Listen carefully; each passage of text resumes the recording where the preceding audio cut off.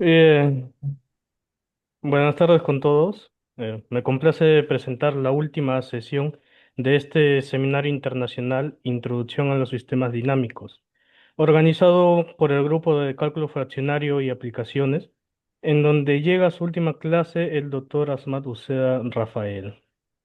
Dicho todo esto, le doy pase, profesor doctor Asmat.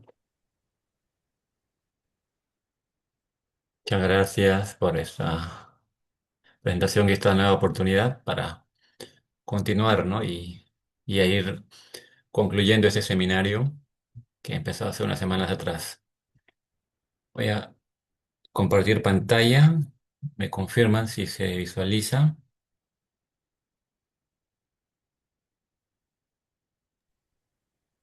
Sí, se está viendo, Rafael. Lo que quiero es ver si es que esto, no sé si ustedes pueden ver también al costadito la, la ventana donde están los participantes. No sé cómo lo puedo. Ahí creo lo puedo, ¿no? Colocar. Vis- Visualizar a los participantes, en tu caso. No, lo que pasa es que esta ventanita se pone al costado, ¿no? Entonces un poquito que quita espacio a la presentación. Ah, tienes opción de minimizarlo, no hay Ya lo problema. minimicé. Sí, sí, ya lo minimicé, ya me di cuenta. Ya, gracias. Bueno, en semanas anteriores se ha comenzado este curso donde en primer lugar se estudió, pues, los sistemas dinámicos discretos, ¿no? La doctora Tatiana comenzó hablando un poco sobre esa dinámica compleja eh, que utiliza el tiempo discreto. ¿No? Posteriormente, el doctor Tiago fue quien comentó sobre sistemas continuos, ¿ya, no? Y los sistemas continuos pues tienen su estudio tanto la parte lineal como la parte no lineal. Entonces, posteriormente, lo que realicé para complementar estas dos clases fue hablar un poco más sobre la parte discreta, que involucraba ecuaciones en diferencias, ¿no? Tanto la parte cuantitativa como la parte cualitativa, cómo se hace el estudio cualitativo de las ecuaciones de indiferencias. En el caso continuo, la parte cuantitativa es algo que se estudia generalmente en los cursos de pregrado, ¿no? Cómo resolver los distintos o distintas formas, ¿no? Una ecuación diferencial o un sistema. Y tal vez la parte cualitativa sea lo novedoso aquí, ¿no? Donde se puede estudiar cómo es el comportamiento de esas órbitas, de esas soluciones, sin necesidad de resolver el problema, solo a partir de la función f, el campo asociado, ¿no? A nuestro sistema. Dentro de ese estudio está el estudio de un sistema lineal, el cual utiliza la teoría de Lyapunov, y la parte también no lineal. Pero esa parte no lineal está limitada solamente a estudio de puntos críticos, ¿no? Del sistema que sean hiperbólicos o semihiperbólicos.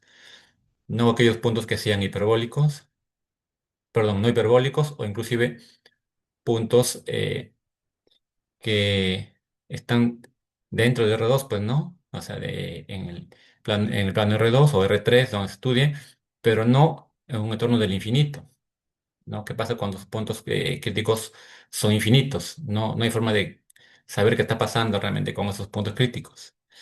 Y existen dos herramientas que permiten hacer ese estudio, ¿no? Uno de ellos es la llamada la compactificación de Poincaré, ¿no? Que debe su nombre a matemático Henri Poincaré, que fue quien fue el pionero que trabajó esa compactificación. Y el otro es la llamada técnica de blow up, ¿no? Que permite realizar una desingularización de esos puntos críticos para poder estudiar y saber cuál es su comportamiento. Hoy día quiero hacer solamente algo breve, introductorio, ¿no? Sin tanto tecnicismo, porque requiere bastante matemática fuerte esta parte. Y realmente es muy amplio todo lo que se puede estudiar. Entonces quisiera dar la idea más que nada geométrica, la parte algebraica hasta cierto punto, y luego estudiar un pequeño sistema donde veamos que ocurre en toda esa situación, ¿no? Entonces quiero avanzar por acá. No sé si esto me permite avanzar. No sé. Ahí.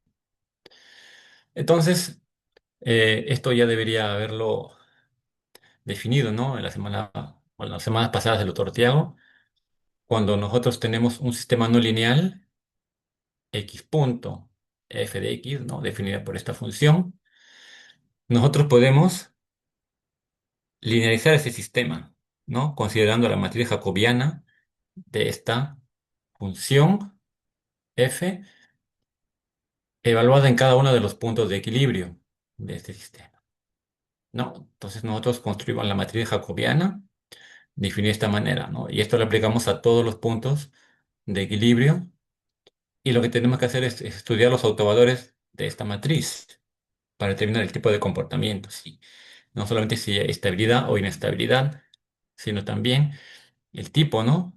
De punto que ocurre ahí, que puede ser punto silla, que puede ser centro, o un foco estable, inestable, o un nodo estable, inestable, ¿no? Hay nodos tipo estrella también que pueden ocurrir. Entonces, este resultado para un sistema no lineal permite clasificar el punto de equilibrio a partir de esa linealización, ¿no? Bajo ese criterio, entonces, se tiene que un punto de equilibrio, en este caso X asterisco, de un sistema no lineal, va a ser asintóticamente estable, ¿no? Es una definición o un comportamiento dinámico que ya se ha definido en clases anteriores. Cuando los autovalores de esa matriz jacobiana tengan parte real negativa, ¿no? Es algo ya conocido en sistemas dinámicos, ¿no? Siempre que los autovalores tengan su parte real negativa, tenemos estabilidad. Mientras que si ocurre lo contrario, si la parte real es positiva, entonces el punto se dice que es inestable, ¿no? Todo eso se estudia en realidad localmente nada más, ¿no? El estudio es local.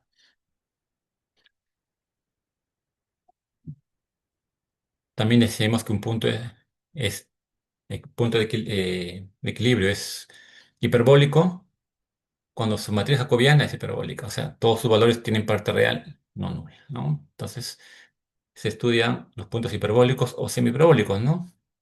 Cuando uno de estos valores tiene parte real nula, pero el otro no nula, o los otros no nulas, es semihiperbólico. Entonces, ¿por qué es posible estudiar un sistema no lineal a partir de su analización? Bueno, hay un resultado, ¿no? Que permite, o que hemos dicho, que garantiza que al momento de linealizar ese sistema, la dinámica permanece invariante. O sea, y el comportamiento es similar. No va a ser el mismo espacio, obviamente. En un sistema no lineal puede ser que tengamos de repente unas curvas, ¿no? Que convergen hacia un punto o se alejan del punto, mientras que en el sistema no lineal esas curvas pueden ser rectas, pero el comportamiento es el mismo, ¿no? Si el punto era atractor, esas curvas se acercan al punto, y en el sistema lineal o linealizado, pues esas rectas también, ¿no? Son órbitas que se van a ser aproximando, ¿no? Sus trayectorias se van aproximando a ese punto, o sea, ocurre el mismo comportamiento dinámico. Eso se dice entonces cuando ocurre lo siguiente, ¿no? Que los sistemas son topológicamente conjugados, ¿no? Dos sistemas, en este caso X punto y X, aquí no sé si le he puesto otro, ¿no? Bueno, en este caso F y G les he puesto ambas funciones, ¿no? Son topológicamente conjugados, ¿no? Cuando existe esta H definida de ambos abiertos, de manera que ambos sistemas se relacionan vía esa función H, ¿no? Y este es el teorema principal, el de Hartman-Brockman, que permite o que garantiza de que estudiar el comportamiento de un punto crítico hiperbólico, ¿no? Basta solamente con considerar esa linealización y evaluar en el punto crítico, ¿no? Porque existe esa conjugación topológica, manteniendo entonces esa dinámica. Eso lo estoy diciendo como recordatorio, o de repente si es que no se hizo formalmente, lo coloco aquí porque es parte del estudio cualitativo que se hace para un sistema no lineal. Entonces, bajo estas condiciones que hemos visto, quisiera hablar sobre un modelo específico, ¿no? Un modelo no muy, bueno, aparentemente no muy complejo, porque es solamente un modelo que está en el plano, o sea, en R2, que fue creado, o fue, mejor dicho, establecido por bueno, un matemático, en este caso Selkov, donde él quería modelar el proceso de conversión de los azúcares en energía, ¿no? Para los seres vivos. Y él modeló justamente esa conversión de energía a través de un sistema de dos variables, ¿no? Ese proceso se llama la glucólisis, ¿no? Un proceso químico mediante el cual se obtiene energía denominada ATP, ¿no?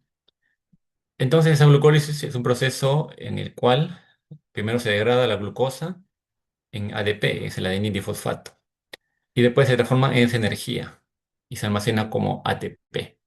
Eso realizan todos los seres vivos, ¿no? Cuando convierten el azúcar en energía. Entonces, Selkov en el año 68 propone ese modelo. En realidad es un modelo simple, ¿no? Porque el modelo en realidad es mucho más complejo, requiere tal vez 9 ecuaciones para describirlo, pero él lo hizo en una versión reducida que funciona, ¿no?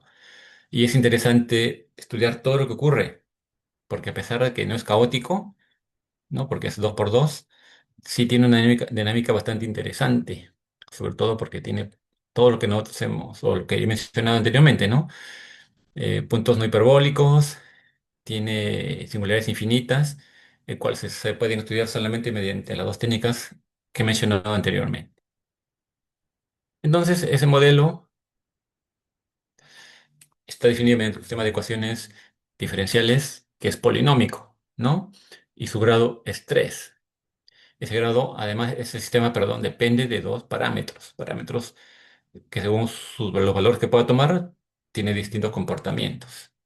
El modelo, bueno, es el siguiente, ¿no? En apariencia es un modelo bastante pequeño, no muy complejo. La dinámica, podríamos decir, no muy extraña ni nada del otro mundo.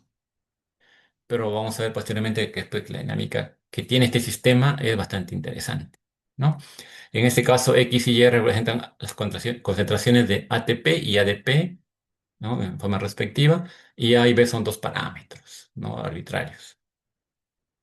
Entonces, este sistema es suficiente estudiar el caso en que B es positivo, ¿no? Porque mantiene esta conjugación, ¿no? Esta simetría es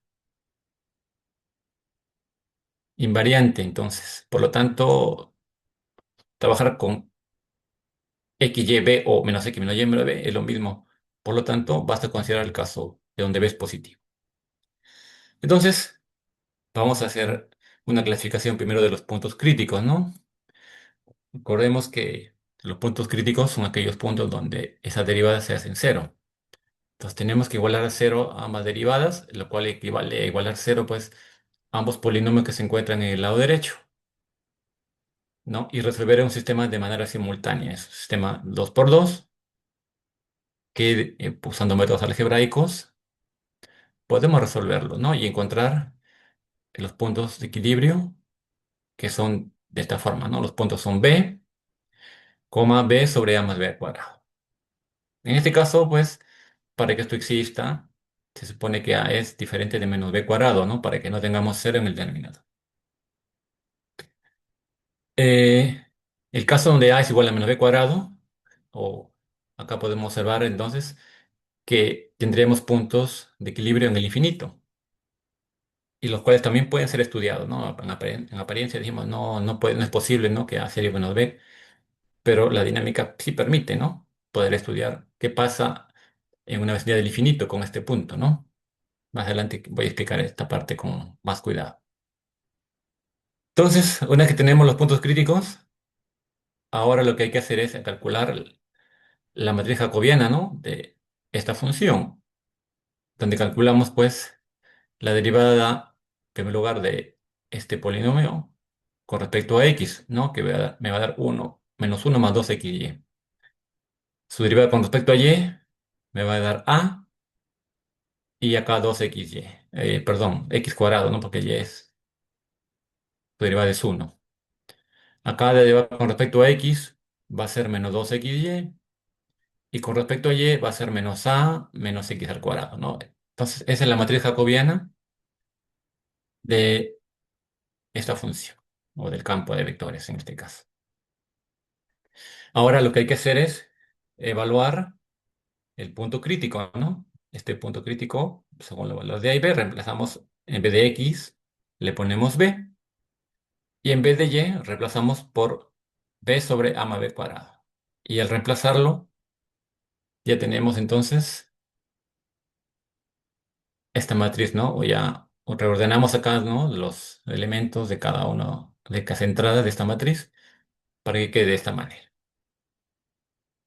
Luego, como también ya se ha estudiado, hay que calcular los autovalores, ¿no?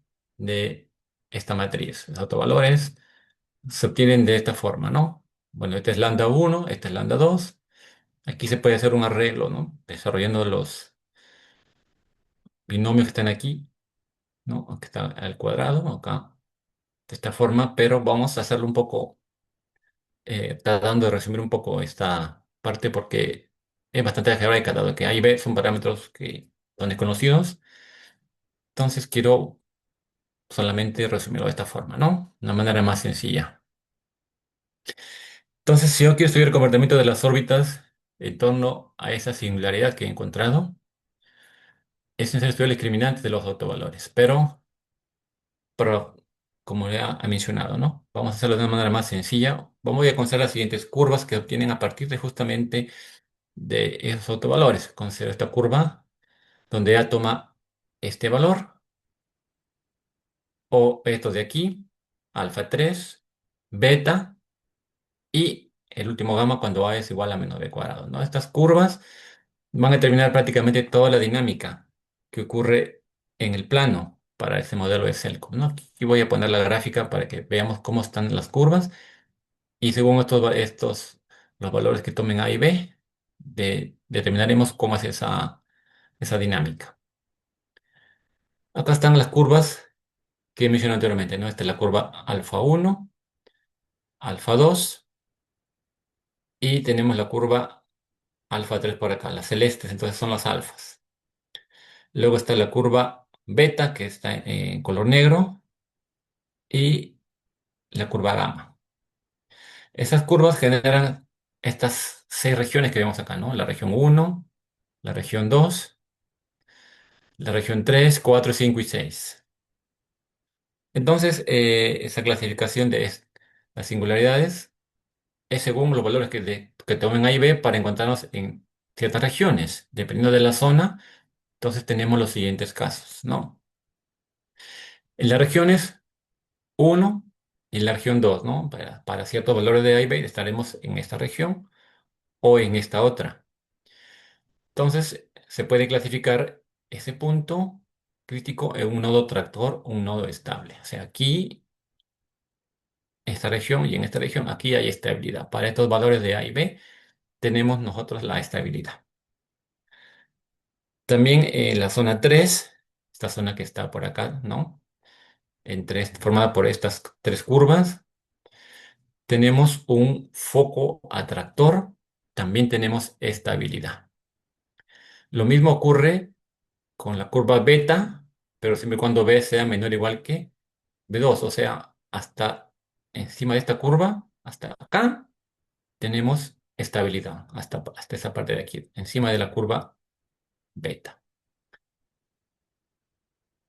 En la zona 4 ya tenemos un foco repulsor, en esta zona 4 y también en la curva beta, pero a partir de aquí, ¿no? A partir de este punto que está marcado, donde B es mayor que B2, a partir de aquí, también hay un foco repulsor. Y de igual manera podemos trabajar con las zonas 5 y 6. En la zona 5 y sobre la curva de 3 tenemos un nodo repulsor, tenemos inestabilidad. Y en la zona 6 y sobre la curva gamma tenemos un punto silla, ¿no? No sé si recordaron lo que es un punto CIA, cómo se ha definido, ¿no? Un punto CIA es un punto donde a unas trayectorias se acercan al punto, convergen, otras se alejan del punto y hay otras trayectorias que aparentemente se van acercando al punto y en cierto momento se van alejando, ¿no? De manera en todas las direcciones. Hay curvas que se van aproximando y al estar a cierta distancia, nuevamente se alejan. Eso se le llama punto silla, ¿no? La clasificación de los puntos. Aquí tenemos unos diagramas de fase donde se ven esas tres, bueno, los otros comportamientos que acabamos de ver, pero solamente para estabilidad, ¿no? Acá se han tomado valores para A0 y B0,85, por un caso, otro caso A-1,5 y B 0,5 y el tercer caso A es 0,25 y B 0,1. Son los casos, ¿no? Para esos tres casos tenemos la singularidad respondiente. El correspondiente sería, este es un punto, este es el otro punto y este es el otro punto, ¿no? Para los valores de A que tomemos, entonces calculamos los valores que habíamos mencionado anteriormente. Sería B sobre A más B cuadrado, ¿no? Y acá tenemos pues los diagramas de fase, ¿no? En este caso tenemos un foco atractor, las trayectorias van acercándose, tenemos estabilidad. Y tenemos el punto silla, ¿no? El punto silla, como había mencionado, trayectorias que se van acercando al punto y en un cierto momento se comienzan a alejar del punto, ¿no? Punto silla, mientras que otras se van hacia el punto, ¿no? Y otras se alejan del punto. Este es un nuevo tractor, ¿no? Todas convergen, las tractoras van convergiendo hacia este punto. Tenemos el nodo tractor. Hasta aquí, aparentemente nada del otro mundo, ¿no? El comportamiento de esos puntos de equilibrio es bastante sencillo y bonito. El detalle viene cuando queremos estudiar posteriormente las singularidades en el infinito, ¿no? Este es el diagrama, entonces, de fases para el modelo de Cerco. Algo simple. Eh, Aquí viene entonces, como decía, ¿no? La parte interesante. ¿Y qué pasa con el estudio de esas singularidades infinitas? Cuando A era igual a menos b cuadrado. Para ese estudio necesitamos realizar un procedimiento que se denomina compactificación de Poincaré, ¿no? De esa manera yo puedo controlar lo que está pasando, pues, en el infinito, ¿no? Con esas trayectorias. Pero el detalle es que yo puedo aplicar compactificación solamente cuando tengo un sistema de ecuaciones que es polinomial.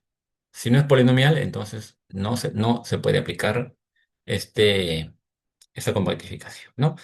Entonces, en sí, ¿qué es lo que hace la compactificación? La idea es esta, ¿no? Nosotros tenemos nuestro campo vectorial, ¿no? Definido por el sistema de ecuaciones, en R2, que como sabemos es una variedad abierta, R2, ¿no? Entonces, no sabemos qué pasa en el infinito. Entonces, bueno, en realidad, a pesar de que estamos en R2, también podría ser en Rn, ¿no? No hay problema, también se puede trabajar en R3 o en Rn, siempre y cuando n sea finito. Entonces, la idea aquí es hacer un cambio de variable, ¿no?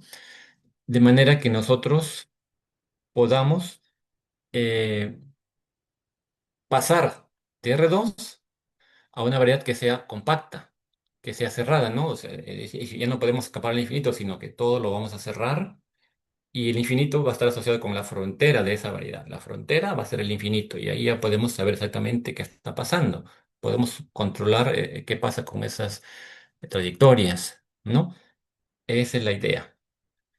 Esa idea de cerrar, ¿no? Y compactificar nuestro espacio en el que estamos trabajando, es lo que se llama compactificación de Poincaré. Un trabajo que comenzó Poincaré gracias a su tesis doctoral que él hizo para R2. Pero ya hay incluso generalizaciones, ¿no? Para R3, donde también se puede trabajar con dimensión mayor. Su construcción, a pesar de que está basada en la proyección estereográfica, no exactamente la proyección, porque la proyección estereográfica lo que va a hacer es asociar, ¿no?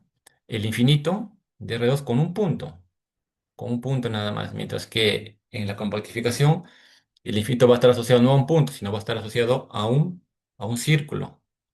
todo un círculo del infinito. Entonces ahí es mucho más fácil estudiar las trayectorias porque si fuera un punto, pues todas las trayectorias están ahí amontonadas, no sabemos qué está pasando. Entonces, Poincaré lo que hace es como si ese punto, pues, agarrar una lupa, ¿no? Y agrandara para ver qué está pasando el punto, ¿no? Genera un disco llamado el disco de Poincaré que lo agranda y ahí podemos estudiar exactamente qué es lo que está pasando, ¿no? Eso justamente va a ser, ese círculo va a ser el ecuador de una esfera llamada la esfera de Poincaré. Entonces, de esa manera, pasamos nuestro diagrama de fases a una región finita, ¿no? Ya no a todo R2, algo que tiene fin, digamos, ¿no? Porque está compactificado ya. Entonces, aquí quisiera hablar un poco sobre, antes de empezar, el disco de Poincaré, que es lo que a eso vamos a llegar. El disco de Poincaré, el cual denotamos por D2, es un disco cerrado, ¿no? Unitario. Tiene centro en el origen de coordenadas y su interior, todo el interior de ese disco es difiomorfo R2. Y es esa frontera, el círculo S1, la que se va a identificar con el infinito de redes. Acá tenemos nosotros, ¿no? Es el icono de Poincaré. Todo el interior es R2, o sea, es la identificación que se realiza, ¿no? Y esta frontera, como vemos aquí, esto es el infinito. Eso es el infinito, ¿no? Es como cerrarlo. Todo tenemos R2 y lo vamos a cerrar, a hacerlo como un disco así. Esto, Poincaré lo expresó así, ¿no? ¿Por qué podemos hacer esa identificación? Porque para ir al infinito tenemos muchísimas direcciones. Tenemos tantas direcciones como puntos tiene el círculo. Bueno, esa fue su idea para poder hacer esa identificación. ¿De acuerdo? Entonces, aquí siempre en este disco de Poincaré, una característica es que vamos a encontrar nosotros, si es que hay singularidades, como por ejemplo aquí, siempre va a existir otra singularidad diametralmente opuesta. Siempre en el diámetro opuesto existe otra singularidad. Siempre existen en pares opuestos, ¿no? De manera que acá, si acá tenemos, por ejemplo, un nodo repulsor, ¿no? De esta manera. Si por acá no hubiera otras singularidades y acá hubiera una única nada más, entonces el acá tiene que ser un nodo tractor, ¿no? De aquí salen las órbitas y tienen que ir a esta otra de acá a terminar, ¿no? Claro que en el interior también pueden haber, pues, ¿no? Por aquí pueden haber otras órbitas que también están teniendo un comportamiento o están yéndose hasta alguna de estas dos órbitas o salen de aquí y van a esta de acá. No, es entonces la idea de poder estudiar esas órbitas que ocurren en el infinito, ¿de acuerdo? Muy bien. Entonces, para estudiar esas singularidades infinitas, necesitamos este método.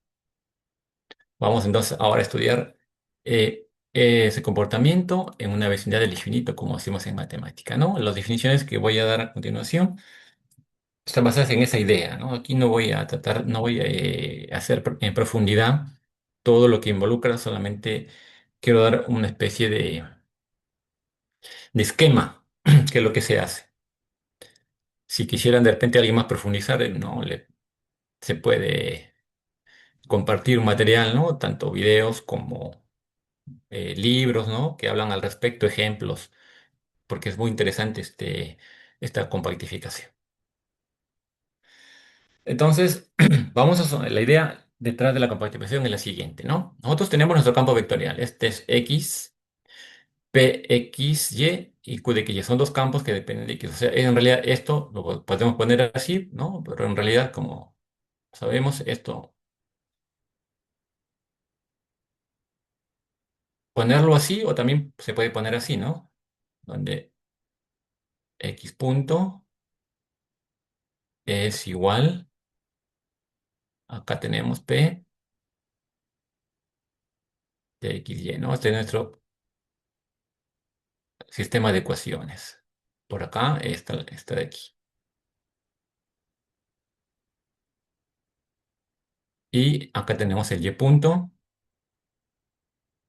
Este es nuestro campo de vectores. Y acá tenemos el Q. Como podemos observar, entonces está trabajando en R2 nada más. Todo esto se puede, como ya expliqué, generalizar a R3. Acá tenemos Q de X y Y, ¿no? Entonces, dado esto de aquí, es el campo vectorial que nosotros estamos trabajando en R2. ¿no? Para este campo de acá. Nosotros vamos ahora a considerar la esfera. Bueno, este campo, recordar que al ser polinomial tiene un grado, ¿no? El grado D es el máximo grado de P y Q. O sea, el máximo de los grados se le llama el grado D, ¿no? De ese campo de vectores.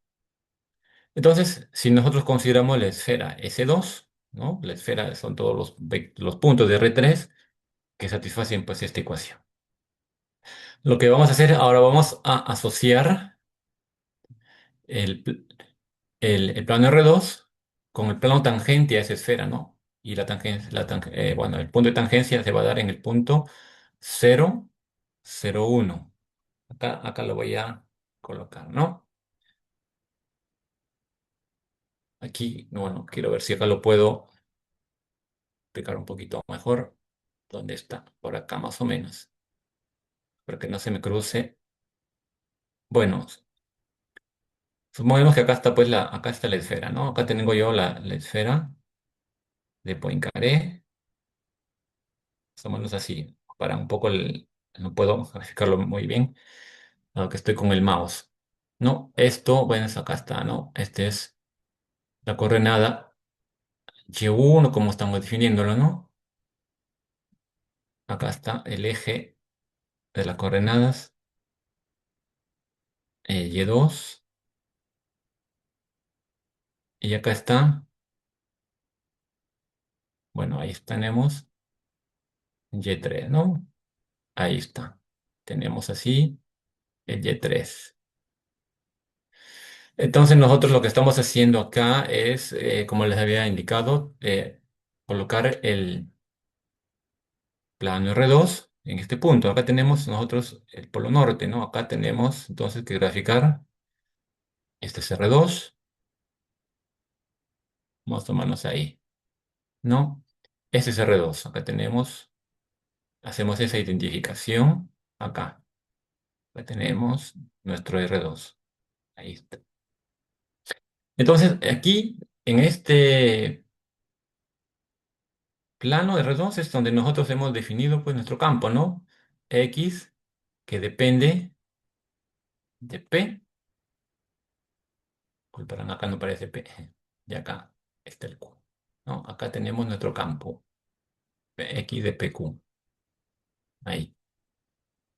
Muy bien. Entonces, lo que nosotros ahora hacemos, este es el punto, recordemos el 0, 0, 1.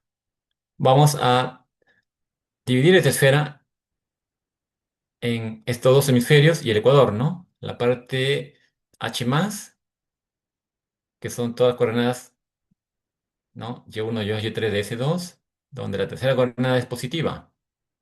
Acá está, ¿no? Esto de aquí, la parte superior, le voy a llamar yo H más, la parte superior de la esfera.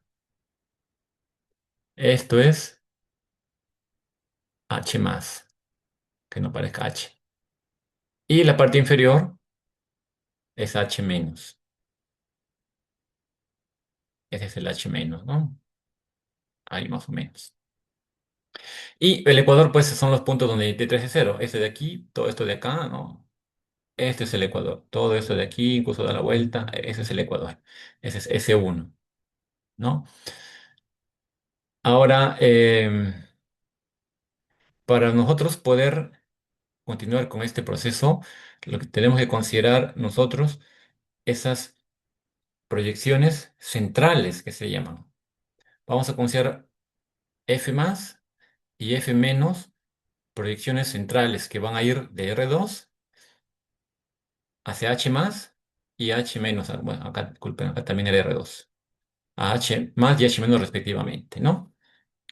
Estas son sus definiciones. F más de X es X1 sobre delta de X, X2 sobre delta y 1 sobre delta. Donde este delta, pues, bueno, ya lo voy a colocar, es 1 más X1 cuadrado más X2 al cuadrado. Son sus coordenadas, ¿no? Es su raíz cuadrada de delta. O sea, la idea es la siguiente, ¿no? Si yo tengo, por ejemplo, aquí, supongamos que yo aquí en el plano, digamos, aquí estoy en el plano, ¿no? Yo tengo, por ejemplo, una órbita, una solución de mi sistema. Yo tengo esa órbita, aquí tengo un punto, y acá mi campo vectorial está acá, ¿no? Este es el campo, recuerden, el campo vectorial genera, pues, ¿no? Rectas tangentes a esa curva, a esa trayectoria. Gracias a interpolaciones centrales yo voy a establecer también a esta órbita, puedo generar una órbita de igual manera en el hemisferio norte y otra en el hemisferio sur. Eso es lo que vamos a realizar, ¿no? Entonces, si yo tengo acá un campo X, acá también puedo, a través de esas proyecciones, voy a generar un campo inducido aquí. Este va a ser mi campo X más, que va a estar en el hemisferio norte de la esfera. Y aquí también, gracias a esa proyección, voy a tener, eh, ahí está, ¿no? Un campo X menos. ¿De qué manera lo voy a hacer? Bueno, estas funciones, f más y f menos, en realidad son las siguientes, ¿no? Acá voy a considerar entonces una recta que pasa por este punto y por el origen de la esfera. Esa recta cuando pasa por este punto que está en la órbita y por el origen va a cortar al hemisferio norte y al hemisferio sur en un punto. Entonces, si yo trazo, por ejemplo, por aquí, esa recta que pasa por acá, bueno, aquí no está muy bien graficada, ¿no? Debe pasar por el origen acá. Entonces, eso genera un punto aquí, en el hemisferio norte, y un punto en el hemisferio sur. Si yo realizo ese procedimiento para todos los puntos en la órbita, ¿no? Entonces, acá genero también un campo de vectores inducido X más y X menos, ¿no? Es el trabajo que están haciendo estas funciones F más y F menos, ¿no?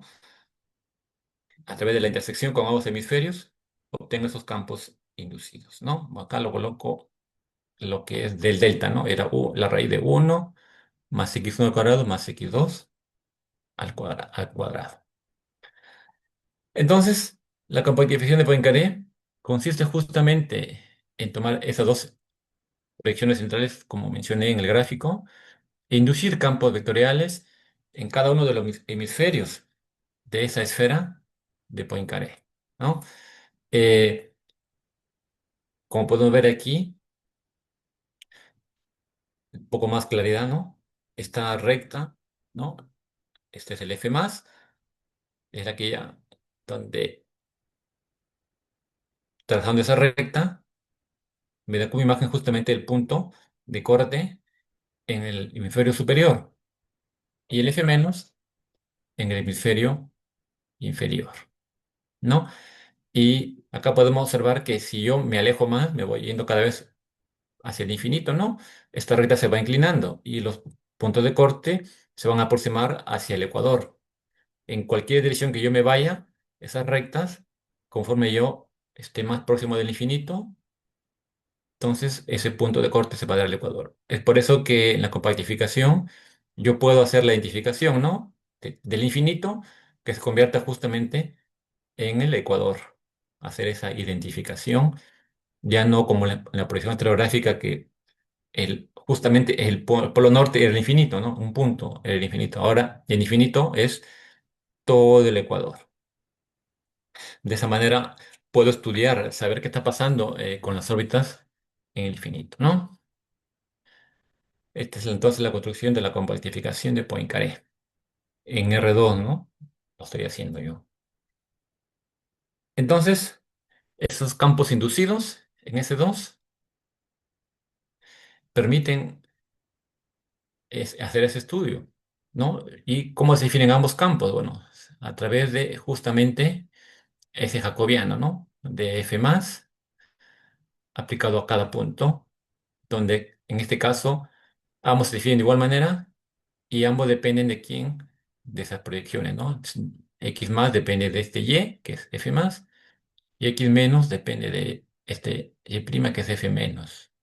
Casi lo estoy denotando para no llamarlos de igual manera, ¿no? Y prima, esto no es derivada, solamente es la notación que utilizo para ambas proyecciones centrales, ¿no? En X más y en X menos.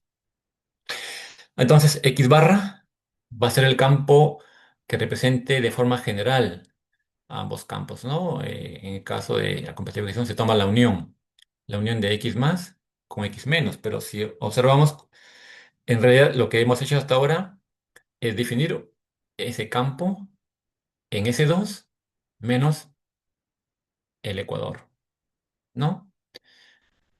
Y es tangente a S2 y como ya mencioné, todo punto y los puntos del infinito están en correspondencia objetiva con el ecuador de la esfera de Poincaré. Lo que viene a continuación, pues ahora es tratar de extender este campo, extenderlo ya no a S2 menos S1, sino a todo S2, a todo S2, ¿no? Y para conseguir esa extensión, ¿no? Hay que multiplicar el campo X barra, que ya habíamos entonces inducido, por este factor, ρ de Y, que es Y sub 3, la tercera coordenada, ¿no? Elevado a la D menos 1, ¿no? Recordemos que este D era el grado de ese campo de vectores, ¿no? ¿Se dan cuenta por qué es importante entonces, o por qué esto funciona con campos polinomiales, ¿no? Porque el grado siempre está influyendo para que podamos nosotros construir.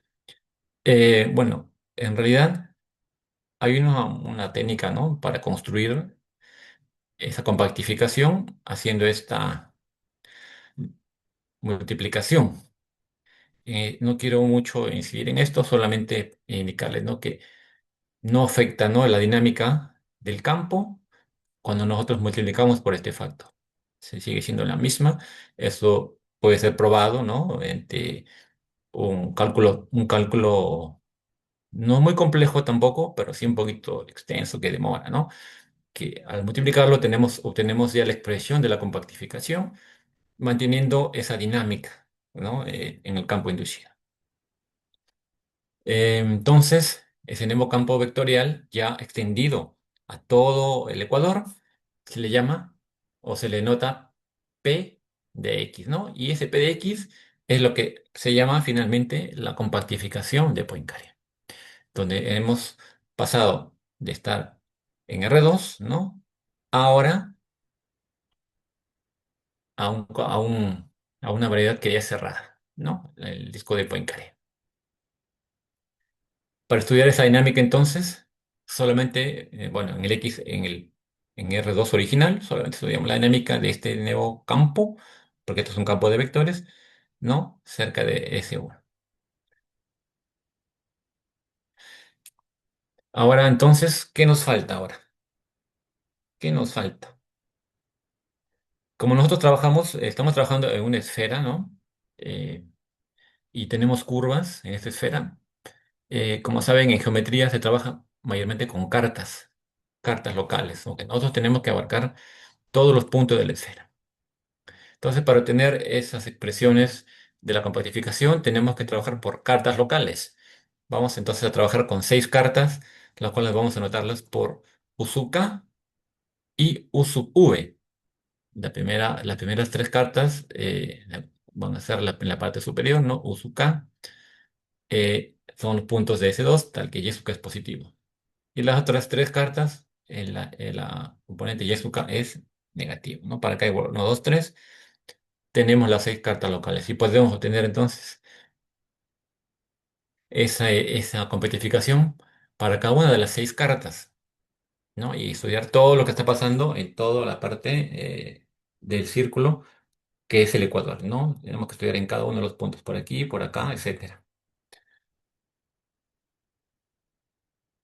Entonces, vamos a nosotros definir aplicaciones que están asociadas con esas cartas, ¿no? La primera de ellas va a ser phi, que va a ir de cada uno de esos abiertos, de esas Usuka, ¿no? Que esas cartas que hemos definido anteriormente hacia R2.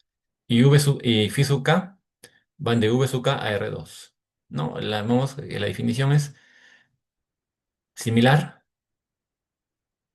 es Y sub m sobre Y sub k, Y sub n sobre Y sub k, ¿no? Esto podemos asociarlo como si fuese como estamos en R2, ¿no?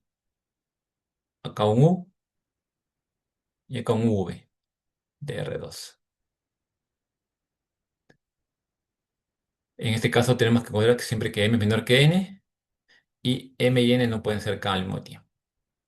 Entonces, bajo esas aplicaciones, podemos, a través de un proceso ya algebraico, ¿no? Obtener las expresiones de la compactificación. Estos van a ser los campos que obtenemos en cada una de las cartas locales. Para cada carta local tenemos un campo de vectores, ¿no? Un sistema asociado. En esta carta local, uso 1, FISU1, se le notan por pares, ¿no? Uso 1, FISU1. Esta es la carta local, ¿no? Perdón, esta es la expresión de la compactificación, como un sistema, ¿no? De ecuaciones diferenciales. De igual manera, en U2, FI2 y en U3, FI3, las tres primeras cartas locales. Y para las siguientes tres son las mismas, ¿no? Solo que, como hemos visto anteriormente, multiplicadas por -1 a la de -1, para que igual a 3. 1, 2, 3, ¿no? Entonces ahí tenemos las expresiones de la compactificación en las seis cartas, ¿no? Y cuál podemos estudiarlos cada una de manera independiente para ver qué está ocurriendo en cada una de esas cartas de la compactificación. Entonces, una vez que hemos hecho la compactificación, tenemos, ¿no? Las siguientes observaciones. Hemos hecho la compactificación manteniendo invariante al ecuador por el campo vectorial P de X. Entonces, todos los puntos singulares que se encuentren en el ecuador van a ser llamados puntos singulares infinitos de nuestro campo original X, ¿no? Y si un punto en el ecuador es infinito, también lo va a ser un punto antipodal, ¿no? Menos Y. Y ambos tienen la misma estabilidad o la opuesta si es que el grado fuera par o impar, respectivamente. Y la imagen del hemisferio norte de S2 en el plano y igual a 3 mediante esta proyección, pi de y1 y y de 3 es lo que se llama el disco de Poincaré que vimos al comienzo, ¿no? Esa proyección y es justamente de sub 2. Entonces, como las órbitas de esa compactificación en S2 son simétricas respecto al origen, consideramos el flujo de esa compactificación solo en el hemisferio norte, cerrado, ¿no? Porque al final solamente que lo que tenemos que hacer es una proyección de ese retrato de fases en el hemisferio norte vía pi y tenemos el campo vectorial compactificado por pi aplicado a p de x, ¿no? Ahora lo que vamos a hacer es volver a nuestro sistema de Selkov. En el Selkov, recuerden, teníamos un punto singular b, b sobre a más b cuadrado.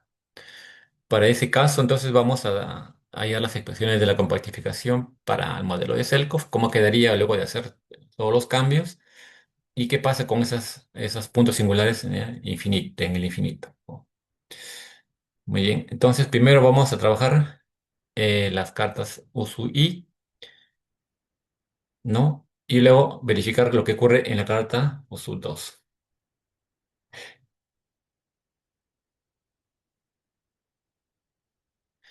Bien, acá tenemos la compactificación de Poincaré en la carta local USU 1, ¿no?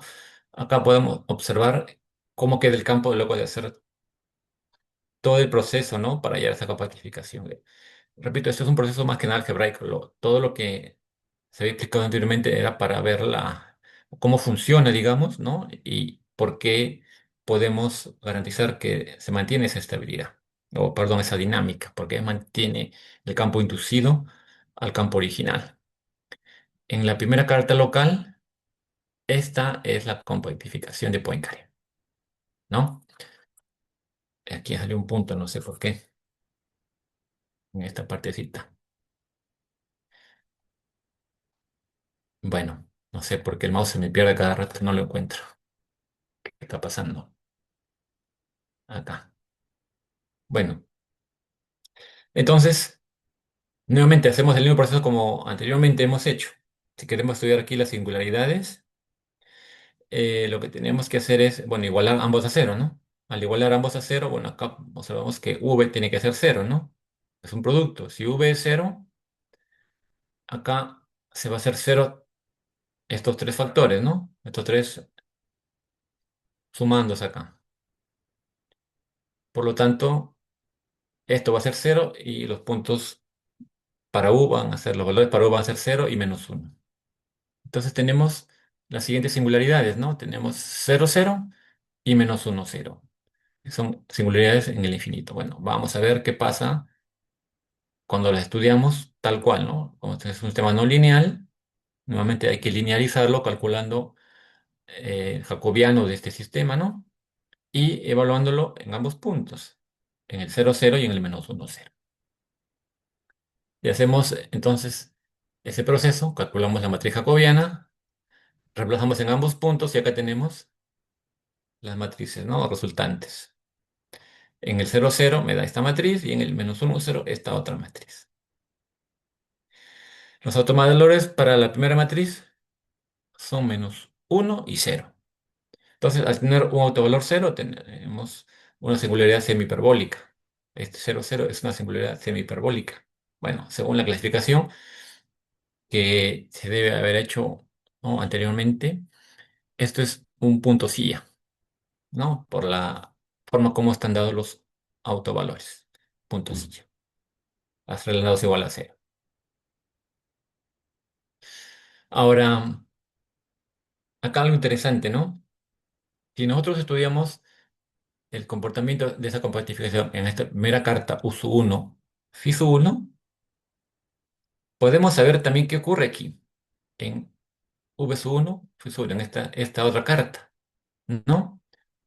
Porque el origen de la carta local es antipodal, ¿no? Es un punto antipodal de esta carta, que tiene misma orientación. Entonces, lo que ocurre aquí, en esta carta, con ese primer punto, también va a ocurrir acá. De igual manera, tendríamos que en esta carta tenemos que el origen es un punto, sí, ya, bueno, es primer punto cero, cero, ¿no? Ahora, para el otro punto crítico que era 1,0, ambos autovalores son cero en este caso. Tenemos un nodo repulsor para para ese caso, ¿no? Y por la misma observación anterior, lo que hemos visto para esta carta, su antipodal también será un nodo repulsor. Lo que ocurre entonces para ese punto en la carta USU1 FISU1 ocurre para VSU1 XISU1. Entonces, ambas singularidades que acabamos de encontrar para ambas cartas, al ser antipodales, pues se deben encontrar en la frontera del disco, tal como se muestra a continuación, ¿no? Acá tenemos un primer resultado, ¿no? Acá habíamos estudiado la singularidad en esta carta. Teníamos un punto, sí, acá, ¿no? Semihiperbólica, en este lado. Entonces, en el punto antipodal que está aquí, en esta carta V1 FIS1, también tenemos lo mismo, ¿no? Una silla semihiperbólica acá. Lo mismo ocurre. Esta es la frontera del disco, ¿no? Acá estamos nosotros trabajando la frontera del disco. Bueno, no lo encuentro el mouse, no lo puedo seguir, no sé por qué se me pierde el mouse. No, y acá ocurre algo bueno con el otro punto, ¿no? El otro punto era, no sé, el mouse no lo encuentro el mouse, no sé qué pasa, se pierde. Acá, ¿no? El otro lado, por otro lado teníamos un nodo inestable que estaba en la frontera y acá en la otra carta, antipodalmente, ¿no? Como ya había mencionado anteriormente, ¿no? La frontera del disco de Poincaré, siempre se encuentran los puntos críticos antipodales, ¿no? Son diametralmente opuestos. Acá hay uno inestable, acá tiene que haber otro igual, como ocurre aquí en los puntos silla y puntos silla, ¿no? Entonces, ese es un primer estudio que hemos podido realizar para la carta USU 1. Estas es entonces las singularidades de las cartas locales USU 1 y VSU 1, ¿no? Con ambas de sus aplicaciones. Ahora vamos a ver qué pasa en la carta local USUB 2, ¿no? Haciendo un proceso similar al anterior, obtenemos la expresión de la compactificación de Poincaré. Y hacemos el mismo trabajo para hallar los puntos críticos. En este caso, los puntos son cero cero y menos uno cero, igual que en el caso anterior. Calculamos la matriz jacobiana, ¿no? Un poquito extensa, como podemos ver, ¿no? Y hay que evaluar ahora, ¿no? tanto 0,0 como -1,0 hay que evaluar en esta matriz jacobiana. Al hacerlo, obtenemos las siguientes matrices, ¿no? Esta matriz primera, que es la matriz nula, y la otra, que es la matriz de identidad. Eh, esta matriz, idénticamente nula, me dice que el origen es una singularidad de tipo linealmente cero, ¿no? Aquí yo no puedo estudiar cómo se comporta esa singularidad por los métodos tradicionales. Al obtener ese resultado, ninguno de los teoremas de clasificación me permite descubrir qué ha pasado aquí. Lo único que podría ayudarme en este caso es usar otra técnica, ¿no? Una técnica que permita saber qué está ocurriendo para ese tipo de casos. Esa técnica es lo que se llama los blow-ups, ¿no? El blow-up, como viene de su expresión, que es inflar o explotar algo, ¿no? Es como que algo está muy juntos, están muy juntos los puntos, como si fuera un globo, ¿no? Hemos visto nosotros que en un globo, por ejemplo, tenemos una figurita que a veces no tiene una forma muy definida, no sabemos, está todo muy junto. Entonces, ¿qué hacemos? Comenzamos a inflar el globo y al inflar, vemos que la figura va tomando forma, ¿no? Vemos qué está pasando con la figurita, ya tiene sentido. Algo similar hacemos con el blow up nosotros, ¿no? Simplemente tratamos de inflar, los puntos pueden haber ahí, las trayectorias están muy juntas ahí, no sabemos qué está ocurriendo. Al inflar, observamos el comportamiento como si dijéramos una lupa, un zoom, ¿no? De manera que podamos determinar qué está ocurriendo allí. Esa es la técnica que explicamos a continuación. Por otro lado, esta matriz, como es la identidad, pues los autovalores son uno, ¿no? Ambos son uno. Entonces, el punto -1,0, desaparece el mouse, no quiere. El punto -1,0 es una singularidad hiperbólica.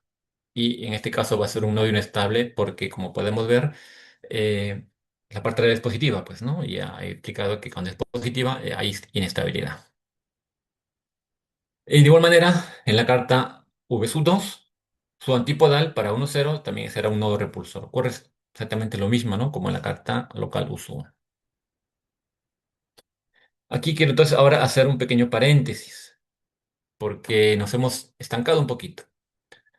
Estamos estudiando la carta local U2 y lo que ha ocurrido allí es que nos hemos encontrado con un punto de equilibrio que no puede clasificarse así tradicionalmente. Necesitamos nosotros usar ahora una técnica que me permita hacer ese estudio, ¿no? Para los puntos que son no hiperbólicos. Entonces, la técnica de blow up es una técnica, pues, que consiste en hacer justamente, ¿no? Un cambio de coordenadas de un sistema actual y obtener otro equivalente. Pero la diferencia es que en este caso las singularidades se van a expandir, como se dice, explotan, no porque desaparezcan, explotan, sino que simplemente se puede inflar para ver qué está ocurriendo, ¿no? En ese caso. Es bastante común, ¿no? Usar esta técnica como si fuera en geometría, pues, ¿no? Cuando nosotros vemos desde una perspectiva un punto, y si nosotros lo pasamos al espacio, por ejemplo, tenemos una proyección en el plano, vemos las curvas superpuestas unas encima de otras. Pero si le vamos a R3, de repente vemos que es como una espiral, ¿no? Que no están superpuestas, pero desde una vista parecen curvas que se han superpuesto. Entonces teníamos que nosotros pasarlo a R3, como inflarlo y ver exactamente qué está pasando con las curvas. Están como si estuvieran inflándose. Y ahí vemos que, pues, de repente, una perspectiva vemos que hay intersección, ¿no? Es una curva que tiene un lazo que se está autointersectando. Pero al hacer blow up, de repente vemos que no estaba intersectando, solamente estaban superpuestas por la vista que teníamos nada más. Es la idea subyacente detrás de los blow up, ¿no? Entonces, al hacer eso, también vamos a generar un campo inducido que permite estudiar las singularidades de manera aislada. La diferencia es que cuando tengamos ese campo, ya las singularidades pasaron de ser no hiperbólicas a ser hiperbólicas, ¿no? Esa es la ventaja. Ya se puede estudiar como hacemos, ¿no? Entonces, ese proceso de pasar con un blow-up a una singularidad, de una singularidad hiperbólica, no hiperbólica a hiperbólica, es lo que se llama una desingularización geométrica, ¿no? Y para eso se utiliza un teorema de desingularización, para hacer esa clasificación. Quiero hacer una aquí una pequeña, no sé qué hora es, de repente todavía quisiera saber si tengo tiempo o cuánto tiempo puedo calcular a ver qué tengo acá.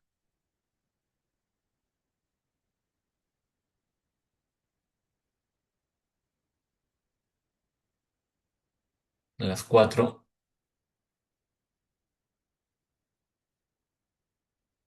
¿no? Ya, voy a volver a compartir. Como está en pantalla completa, no me permite ver la hora aquí.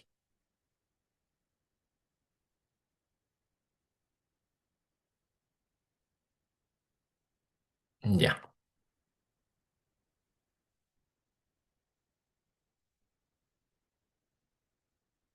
Entonces, supongamos que yo tengo un sistema autónomo, ¿no?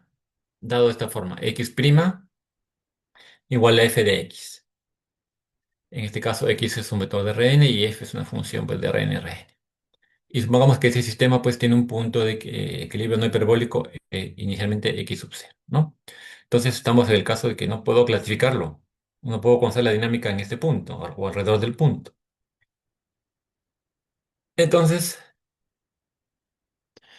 lo que utilizamos es una aplicación denominada blow-up, la aplicación phi, el cual estará definida de una variedad m hacia Rn, hacia donde está definido nuestro sistema diferencial, nuestro campo de vectores, ¿no? Inicialmente, suponemos que esa función es no eyectiva en el punto de equilibrio, ¿no? Los casos más comunes de blow-up son blow-up polares y blow-up direccionales, ¿no? Ambos, a pesar de tener una definición distinta, son equivalentes en el sentido de que mantienen la dinámica. O sea, si yo trabajo con un blow-up tanto polar como direccional, debo obtener el mismo resultado, ¿no? Sobre el comportamiento de ese punto. En este caso tenemos coordenadas polares, ¿no? Phi está definida de R, de producto cartesiano de R con S1 hacia R2, definido de esta manera, ¿no? Entonces, en este caso podemos ver que es para cualquier valor del ángulo teta, ¿no? Y R0, ¿no? Estoy llevando el círculo, todo el círculo, que es S1, lo estoy llevando lo llevaría, aunque acá me falta el R, ¿no? Acá también es R. Lo lleva hacia el cero. Mientras que un blob direccional, no tengo un círculo como la parte superior, ¿no? Lo que está haciendo esto es identificando el cero o llevando la curva u igual a cero, ¿no? Hacia el origen. Y este blow-up direccional también se puede definir acá V como V, ¿no? Hay dos tipos de blow-up direccionales, tanto para dirección Y como dirección X. Entonces, de esa manera, ambas funciones o la phi en sí define o induce un campo vectorial en M vía lo que se conoce un pullback, ¿no? Esta pullback está definida de esta manera, ¿no? El doble prima es esta matriz jacobiana, ¿no? De la aplicación inversa o de la imagen inversa de este W, ¿no? De F de phi de W. Entonces, de esta manera, este conjunto, la imagen inversa, es un conjunto que todavía no tiene dinámica, o sea, no estudiamos aquí absolutamente nada. Acá tenemos un ejemplo para entender un poco mejor lo que estoy tratando ¿no? Digamos, crear para los blow-up, ¿no? Este es este es un sistema, ¿no? Un sistema dinámico en R2 no lineal, ¿no? Podemos ver aquí. Y si nosotros estudiamos o resolvemos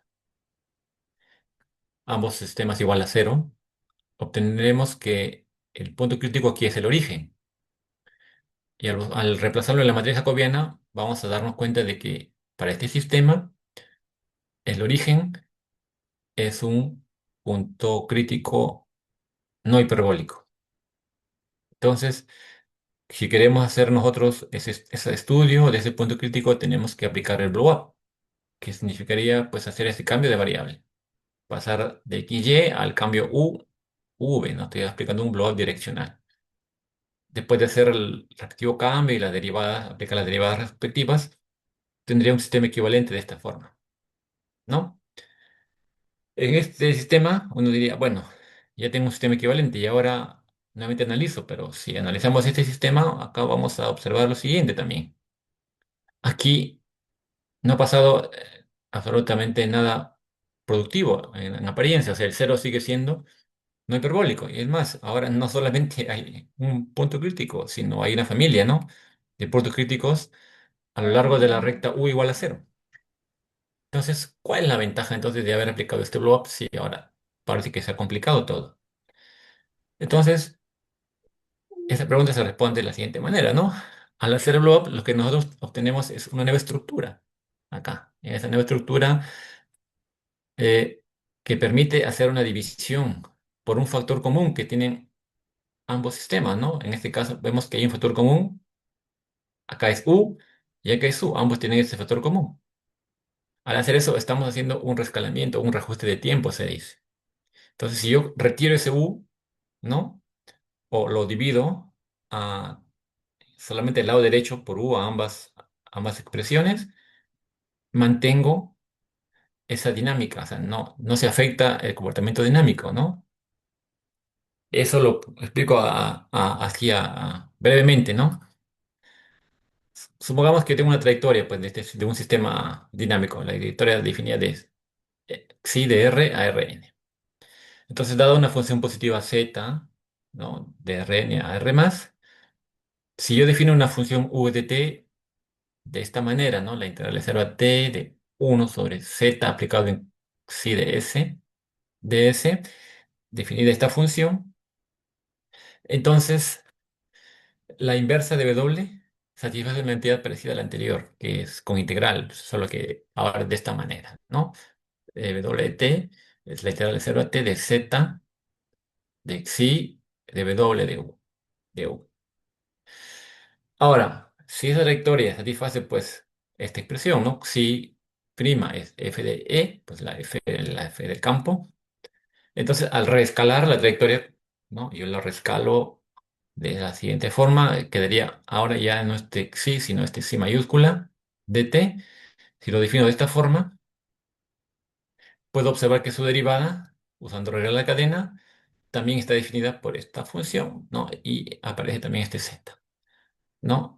Como este z es una función positiva, entonces este phi' vemos que no ha alterado su comportamiento dinámico, sigue apareciendo en la función f. Entonces, luego de hacer esa división, ya puedo entonces, al mantener esa dinámica, estudiar esa dinámica que ocurre aquí. Anteriormente no podía estudiar la dinámica en esta imagen inversa de X sub c, pero ahora sí puedo. Luego de ese rescalamiento, ya puedo saber qué está pasando aquí, porque ese nuevo punto de equilibrio que obtenga en ese nuevo sistema ya va a ser un punto hiperbólico. Aquí quisiera, antes que nada, también acotar que no siempre, luego de hacer todo este proceso, obtengo de manera automática un punto hiperbólico. A veces ocurre que luego de hacer el blow up y el rescalamiento, todavía no tengo un punto hiperbólico. Podría suceder que siga siendo no hiperbólico. Entonces, en ese caso, tengo que volver a aplicar el blow up otra vez. Y así sucesivamente hasta que ya el punto se convierte en un punto hiperbólico, ¿no? Ese es un resultado que ya ha sido verificado, ¿no? Y mediante un proceso finito, efectivamente, ¿no? O sea, siempre va a llegar a un punto de equilibrio hiperbólico. Trabajos mostrando esa condición ya se han realizado, ya están publicados inclusive, ¿no? Si alguien quisiera, de repente puedo compartir en qué bibliografía se puede encontrar, ¿no? Ese tipo de demostración. Entonces, en el ejemplo que teníamos nosotros, el ejemplo que había dado yo, teníamos un U cuadrado y acá u por v, ¿no? Entonces, si yo divido, acá me queda u y acá me queda solo 3v, ¿no? Multiplicado por estos dos factores. Esto para cada uno. Entonces, yo tengo un sistema mucho más simple que el anterior, ¿no? Y en este caso ya tengo puntos hiperbólicos. Punto hiperbólico 0, 0 por un caso y el otro es 0 o un medio, ¿no? Entonces, al haber hecho blow up el 0, 0, ¿no? Lo he inflado y ahí han aparecido dos puntos, ¿no? Un punto que se le llama dicrítico. Un punto hiperbólico, o, perdón, un hiperbólico se convirtió en dos puntos hiperbólicos, lo que ocurrió aquí. Y puedo estudiar ambos puntos ya con los métodos conocidos, ¿no? Porque ya son hiperbólicos, ambos son puntos silla. Pero para nosotros eh, terminar nuestro estudio, tenemos que regresar a las coordenadas originales. Originalmente estábamos nosotros en X, Y, ¿no? Y esa dinámica para ambos puntos es lo que ocurre en una vecindad de ese punto de equilibrio, ¿no? Ese proceso se llama blowing down, ¿no? Es retirar lo que habíamos hecho, ¿no? O sea, deshacer nuestro cambio de variable vía la función phi. Deshacemos el cambio de variable y volvemos a las variables originales, x y, para entonces regresar a lo que tenemos inicialmente, ¿no? Sobre el punto no hiperbólico. Quisiera mostrar a continuación más o menos la idea, no respecto a esto, sino la idea de cómo funciona el blow-up, tanto direccional como polar, para el estudio de un punto no hiperbólico, ¿no? En este caso un punto silla, ¿no? Acá tenemos una idea. Y esto es acá tenemos el sistema en R2, ¿no? Acá el origen podemos ver que es un punto silla. Hay trayectorias que salen de aquí, otras que se aproximan, otras que se acercan y se van. Entonces, en el blue polar observamos que vía la aplicación phi, ¿qué ha hecho con ese punto? Ese puntito lo hemos inflado, ¿no? Lo hemos inflado de esta manera y ese punto se convierte, pues, o se asocia, se identifica con este círculo acá. Y vemos que aquí, pues, lo que está pasando es un comportamiento similar, ¿no? El comportamiento del punto silla se mantiene aquí, en este sistema, ya inflado, como aparece aquí, ¿no? Y por otro lado, acá tenemos los dos bloques direccionales, ¿no? Uno u otro, miren, como el punto, en este caso, se ha extendido a través de, ¿no?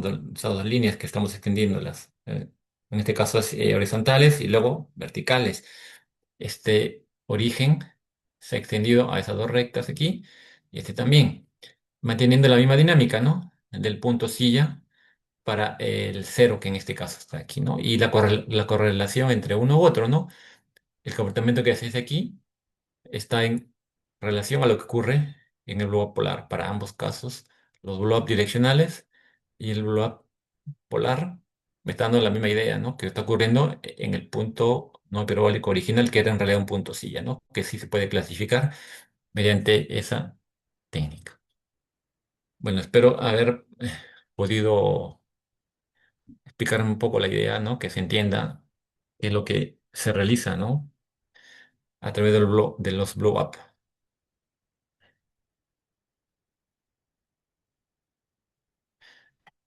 Entonces, ahora sí explico un poco más el proceso, ¿no? ¿Qué consiste? Si yo tengo un sistema diferencial plano, ¿no? Determinado por estos polinomios PQ, que los puedo inclusive descomponer así, ¿no? Polinomios homogéneos de grado m y acá términos pues que tienen órdenes en x y y, ¿no? Mayores. Eso no interesa. Puedo trabajarlo de esa manera. Entonces, si yo tomo coordenadas polares, paso de XY a R teta, transformo mi sistema de esta forma, ¿no? Obteniendo ahora dos polinomios R y F que dependen de coseno y seno. Y estos tres puntos también indican términos de orden más alto, en este caso R. Ese F se le llama polinomio característico del sistema en el origen. Y la solución de este sistema, que es teta asterisco, ¿no? Restringido a ese intervalo, se le llama dirección característica. Si ese polinomio fuera idénticamente nulo, el origen es un punto singular dicrítico, ¿no? Que es lo que ocurría, pues, en el ejemplo que teníamos inicialmente. En este caso, se puede verificar, ¿no? Que ambos polinomios P sub m y Q sub m satisfacen estas dos igualdades, donde aparece este W sub menos uno, un polinomio que tiene grado ahora m menos uno, ¿no? O sea, se puede factorizar el X y el Y en ambos casos. Ahora vamos a definir los dos tipos de blow-up que habíamos utilizado anteriormente, ¿no? En este ejemplo, que eran el polar y el direccional. Entonces, dado un campo de vectores polinómico, como ya hemos trabajado, ¿no? Con P y Q en R2, el blow-up polar de ese campo se define de la siguiente manera, ¿no? Phi pues, va de S, el producto cartesiano de S1 con R hacia R2, donde acá tomo un R teta, al aplicarle phi obtengo R coseno y R c. R es cualquier número real y teta varía solamente en intervalo de 0 a 2pi, ¿no? Aquí no toma el valor de 2pi. Entonces, este phi induce ese campo de vectores polinómico que denotado X moñito acá, ¿no? Acá, ¿no? En S por R. Además, como phi es difimorfismo, su inversa explota el origen. Pues, esa es la expresión que se utiliza, ¿no? O sea, lo expande el origen, ¿no? Y lo convierte en un círculo. En el círculo R0, donde el ángulo puede variar 0 a 2pi, el R0, ¿no? Al estar en el plano tenemos el círculo en el plano, ¿no? Este se llama el divisor excepcional. Entonces, estudiar el diagrama de fases de mi sistema original, en una vecindad del origen, ¿no? Es equivalente a estudiar el diagrama de fases X, X gorrita, ¿no? En la vecindad de esta imagen, de este conjunto acá, ¿no? En esta vecindad del círculo. Y para ahora hacer esa división que habíamos visto, ¿no? Que yo puedo hacer tanto para el globo polar como direccional. Para simplificar un poco más mi campo, tomamos K el mayor entero positivo, tal que R sub K divida ¿no? A este polinomio. O sea, buscamos un factor común, como he indicado, ¿no? Que divida a ambos, RK, a ambos polinomios. Entonces, si ese RK es un factor común para ambos, yo lo puedo dividir y obtener el campo ahora con esta expresión, ¿no? O sea, multiplico ambos campos inducidos, ¿no? Y obtengo justamente este campo Rx barra X moña de R teta, ¿no? Que es Rx R sobre RK y X sub teta sobre RK. Entonces, la singularidad en el origen mediante este difiere menos uno, ahora lo hemos pasado a esta curva, ¿no? S1 por cero, S1 por cero en el círculo, y a lo largo de S1 por cero. Entonces, las singularidades en este campo se determinan a partir de las soluciones, ¿no? Donde R vale cero. Cuando R vale cero, igual a cero, ahí determino cuáles serían las soluciones de esa ecuación, o sea, los valores críticos de ese nuevo campo, ¿no? Y acá ahora define el blow-up direccional. Hay dos blow-up direccionales, como le dije, ¿no? En la dirección de X y en la dirección Y. El primero ya lo habíamos visto, ¿no? Tomo un V y cambio solamente la segunda coordenada. Mantengo el U, pero el V se convierte en U por V, ¿no? Entonces, tengo un campo vector inducido, polinomial también, sobre R2, ¿no? Y a partir de ese cambio de coordenadas, tengo este campo inducido de esta manera. K es el mayor valor entero positivo, tal que U sub K divide a ambos campos, ¿no? Acá también ya pueden ver que ya he hecho la división por el factor común para ambos, ¿no? Ambos campos. Al haberlo dividido, simplifico el sistema. Eso ya lo hemos explicado, o ya lo he explicado yo en el ejemplo, ¿no? Inicial. Siempre que yo haga ese blow up, voy a poder encontrar ese divisor común para ambos. Entonces, nuevamente la singularidad en el origen, mediante esa inversa, ahora se traslada para cuando U es cero y se llama divisor excepcional. Y las singularidades de este campo se determinan a partir de la solución, ¿no? Donde U es cero y U es cualquier número real, aquí, ¿no? Igual a cero. De igual manera definimos el blow-up direccional en dirección Y, donde ahora cambia, pues, ¿no? En vez de V, y V se mantiene igual. Y hacemos lo mismo, ¿no? O sea, cualquiera de las tres, cualquiera de los tres blow up puede aplicarse, ¿no? Si yo, por ejemplo, tengo un sistema que quiero aplicar el polar direccional en dirección Y o en dirección X, para los tres tipos de blow up debo tener el mismo resultado, o sea, el mismo comportamiento dinámico de los puntos de equilibrio. ¿No? Aquí nuevamente tengo el campo donde ya dividí. Uy, acá me faltó el K, disculparán. Acá me faltó V sub K, V elevado a la K y V elevado a la K, ¿no? Es el factor común y acá es V y acá es V. Nuevamente, ¿no? Encuentro los puntos críticos efectuando esta ecuación. Entonces, bueno, esto es una observación. Lo que quiero hablar ahora es un poco sobre esa invarianza. ¿Por qué tengo dos resultados que me permiten o que me garantizan de que al hacer todos esos cambios, que cambio de variable, que dividir por un factor común, etcétera, mantengo esa invarianza topológica? O sea, la dinámica se mantiene igual, ¿no? Esta proposición me habla que mantengo pues esa invarianza, ¿no? Si es phi está de esta manera, es una trayectoria que tiene el origen del sistema original, tanto tiempo positivo como negativo, y este f es no nulo. Y phi tangente a alguna de las direcciones que tengo acá, verifico que ambas direcciones angulares son características, ¿no? El punto 0W en el plano V es un punto singular aislado del sistema y esa trayectoria, phi de t, corresponde a una solución del sistema original. Uy, punto singular, si esto acá me está diciendo, ¿no? La trayectoria S phi es una solución de mi sistema original.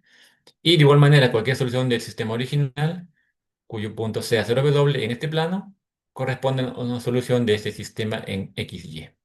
Aquí me está diciendo, ¿no?, que de manera recíproca las soluciones tanto de phi como de X y de K mantienen el mismo comportamiento dinámico al haber hecho todo ese blow up, ¿no? Y este otro resultado que me está diciendo que al dado un campo X formado por estos dos polinomios, ¿no? Y este es no nulo. Entonces, toda dirección no singular, para toda dirección teta, existe una semitrayectoria que tiende el origen en la dirección teta. Y siempre puedo usar tiempo positivo como negativo, o sea, puedo saber qué va a pasar tiempo futuro o incluso tiempo pasado, ¿no? Y si teta asterisco es una dirección singular, no puede haber semitrayectorias que tienden al origen de la dirección teta, o un número infinito o una infinidad. Entonces, ambas posiciones juntas tienen esta interpretación, ¿no? Me está diciendo que estudiar el comportamiento de las soluciones alrededor del origen del sistema planar, como teníamos, solamente basta que yo estudie las singularidades de mi sistema ya con el blow-up, ¿no? Habiendo hecho esa división. Como ya había explicado anteriormente, a veces los puntos singulares no son degenerados. Cuando eso ocurre, al aplicar el blow-up, no voy a obtener directamente un punto hiperbólico. Todavía será no hiperbólico. Entonces puedo nuevamente repetir el proceso de blow up y mediante un número finito de veces debo llegar sí o sí a un punto hiperbólico, ¿no? Ya tengo un punto hiperbólico, esa cadena infinita, y eso se ha probado, es un resultado ya verificado. Bueno, regresamos entonces a la carta local 2 que teníamos, ¿no? Eh, Después de haber hecho la compactificación, aquí tenemos la matriz idénticamente nula. Bueno, la matriz nula en realidad, ¿no? Eh, entonces voy a aplicar blow up en la dirección U. Blow up direccional voy a aplicar en esta carta local para esa compactificación. O sea, la expresión de la compactificación, voy a hacer ese cambio de variable, ¿no? Va a ser UV, le voy a cambiar. Y U va a ser proyecto U y V va a ser U por V, ¿no? Bueno, para no repetir las V, U por W le he puesto. Entonces, obtengo el siguiente sistema acá, ¿no? Ya he hecho aquí la división para que no tengamos un factor común. Así queda entonces el blow up direccional en esta carta local. Entonces, aquí voy a estudiar según ciertos valores de A. Para A positivo, los puntos críticos del sistema van a ser el 0, 0 y el -1, 0. Entonces, hallando su matriz jacobiana y evaluándolo primero en el 0, 0. A ver, en el 0, 0 tengo esta matriz con autovalores 1 y -1. Entonces, como cambia de signo, ¿no? Los autovalores, pues es un punto silla. La parte real le cambia de signo. Es un punto silla en este caso. Aquí tenemos la singular hiperbólica junto al punto de silla en esta figura y bueno, observamos que tengo que aplicarle blowing down, ¿no? O sea, deshacer ese cambio en el origen para ver qué ocurre. Acá tenía el punto, ¿no? Que estaba estudiando. Luego de hacer blow up, obtuve pues el punto silla, ¿no? Que acabo de estudiar, que era el origen. Entonces yo voy poco a poco desinflándolo, ¿no? Paso de este punto a eso de aquí, ¿no? Y ya una vez que regreso nuevamente a coordenadas cartesianas, vemos que está ocurriendo esto, pues, ¿no? Las trayectorias, bueno, acá está el origen, podemos ver que no convergen hacia el cero, ¿no? Al ir desinflando, regresamos al sistema original. Ya era un punto sí aquí, como habíamos previsto, ¿no? Para este caso he usado A 0,45 y B 0,03. Ahora, si A es 0 y B es mayor que 0, el blow up en la dirección U sería así, ¿no? Solo reemplazar lo que tenía originalmente, ¿no? Reemplazar el valor a 0, B positivo. Entonces, el origen es un punto singular y su matriz jacobiana ya evaluada en el 0, 0, nuevamente me da este tipo de matriz que ya vemos que va a repetirse. Es 1 y -1 los autovalores. Entonces, nuevamente tenemos puntos silla. Aplico blowing down en el origen, ¿no? O sea, un torno del origen para ver qué ocurre. Y mi diagrama de fases va a tener dos sectores, ¿no? Un hiperbólico y dos parabólicos, como se ve aquí. El punto, blow up, punto silla, voy desinflando y acá obtengo este sector, ¿no? Hiperbólico, parabólico. Aquí queda el punto. Ese es el punto silla. Miren el comportamiento, ¿no? Del punto silla es bastante curioso, ¿no? Interesante cómo ocurre la dinámica alrededor del cero cuando yo hago desinflado. Seguimos. Ahora, ¿qué pasa cuando ambos valores son cero? Si con cero a cero y b igual a cero, entonces nuevamente reemplazo, solo reemplazo aquí, ¿no? Y nuevamente calculo en la jacobiana en el 0, 0 y obtengo lo mismo, ¿no? 1 y -1 punto sí. O sea, tratando de darle varios valores a y b, yo obtengo la misma dinámica, que siempre el origen es un punto silla, ¿no? Y estoy clasificando porque antes no podía saber qué pasaba en el origen. Entonces, en el diagrama de fases para este caso está compuesto por líneas que son casi rectas, ¿no? Aquí podemos observar qué está pasando, ¿no? Blowing down, blow up aquí, blowing down, regreso al sistema original. Son casi rectas que están aproximándose pasando muy cerca del origen. Ese es el punto, esa es la cuestión que está pasando aquí. Bueno, y ahora un caso cuando A es negativo. Cuando A es negativo, lo que ocurre en esta situación es que tengo tres puntos singulares.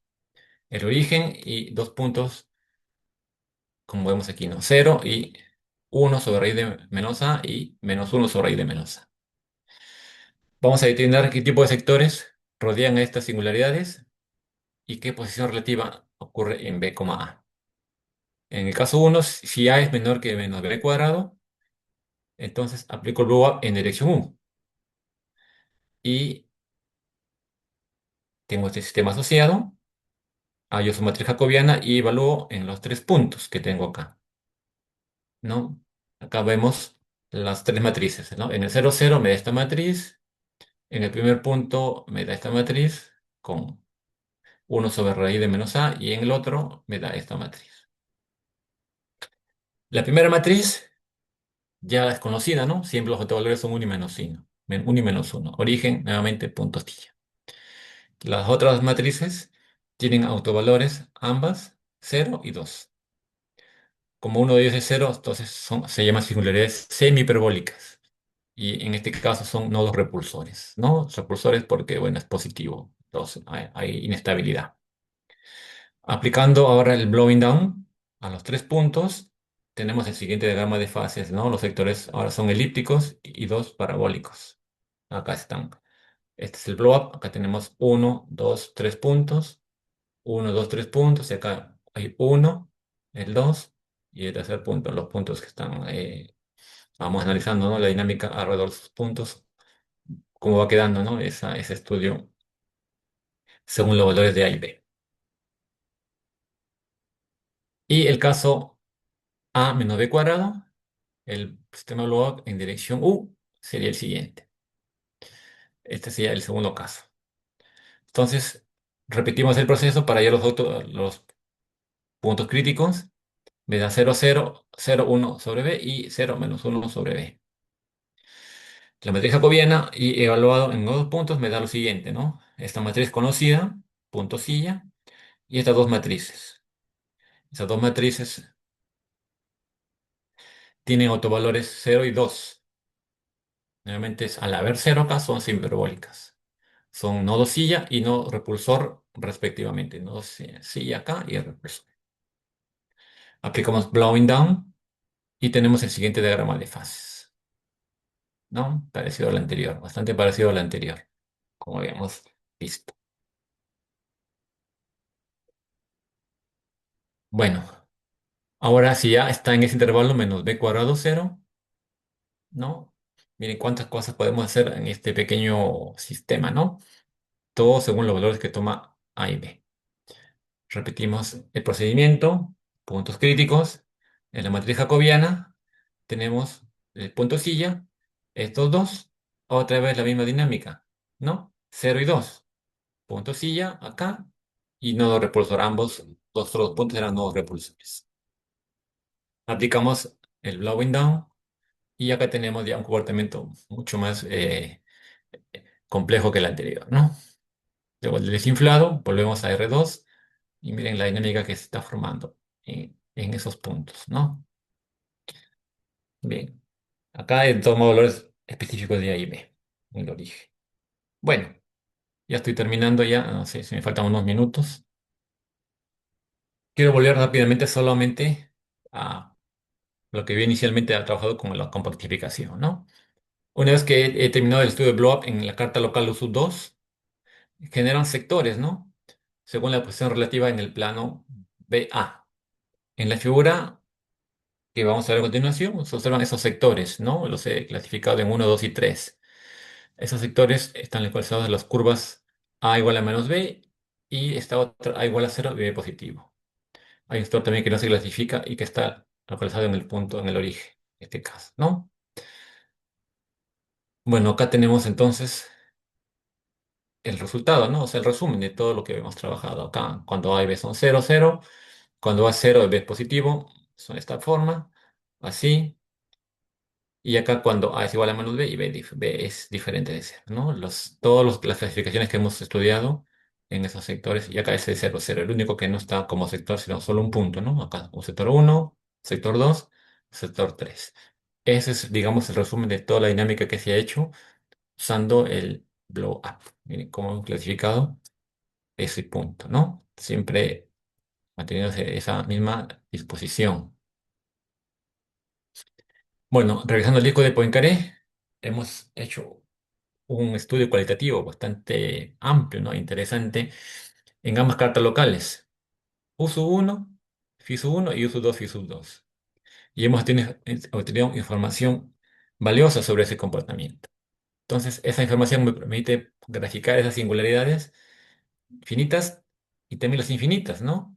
Todo eso en el disco de Poincaré, gracias a lo que se ha generado por el blow-up en esa carta de uso, ¿no? Aquí voy a mencionar rápidamente nada más para que veamos cómo he trabajado. He fijado un A mayor que 0 y B lo he hecho variar de 0,95 a 0,79 en el BA. Entonces tenemos las singularidades en el disco de Poincaré. Acá le junto todo, ¿no? también para a menor que cero. Ahí tenemos singularidades en el origen, tenemos silla hiperbólica, y los otros son unos repulsores para a menor que b cuadrado. Si a es igual a menos b cuadrado, el origen es silla hiperbólica y los otros son nodos silla. Y cuando hasta en este intervalo, el origen es punto silla y los otros dos son punto silla y nodo repulsor. Bueno, acá está lo que ocurre, ¿no? El disco de Poincaré. Diagrama de fases en los puntos singulares, tanto finitos como infinitos, ¿no? Acá está el origen, acá se aproximan las trayectorias y acá se alejan, ¿no? Y acá están las trayectorias. Es como podemos ver, el nodo repulsor, están alejando las trayectorias. El de acá también es un nodo repulsor. A este punto se están aproximando las trayectorias, ¿no? Y de acá están saliendo las trayectorias, de acá salen para acá. Vienen por este lado de infinito. Esto es en los puntos singulares infinitos. Y este es el caso donde A es igual a cero y B es igual a cero. Vemos que hay trayectorias que salen del infinito, ¿no? Y vienen a este punto. De acá también viene, de aquí sale y va para acá. Como repito, pueden haber trayectorias que salen infinito o que van hacia el infinito, ¿no? Como esta de aquí. Bueno, estos de aquí salen y van hacia el cero del infinito. Hay unas trayectorias que salen del infinito y van también hacia el infinito, ¿no? O sea, esa dinámica se mantiene ya en todo el disco de Poincaré.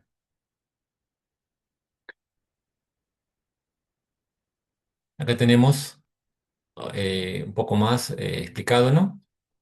Los tres casos, caso uno, caso 2, caso 3. Acá observamos, por ejemplo, que los que están en verde son singularidades infinitas, ¿no? Que son puntos sillas semihiperbólicas para todos los tres casos. Estos cuadraditos también son singularidades infinitas, pero están en la frontera. Estos son nodos inestables. Estos X que vemos aquí, que son siempre, como podemos ver, siempre antipodales, ¿no? Son singularidades infinitas según clasificados según la posición relativa. Y los que están dentro, en este caso el azul y este de acá, son finitas porque están ya dentro del disco, ¿no? En R2. Este rombo grande es un foco estable y el pequeño es un foco inestable. Y este de aquí es una singularidad finita, es un foco inestable que está en este caso, ¿no? Esto es entonces ya toda la dinámica aplicando la compactificación y aplicando el blow up, ¿no?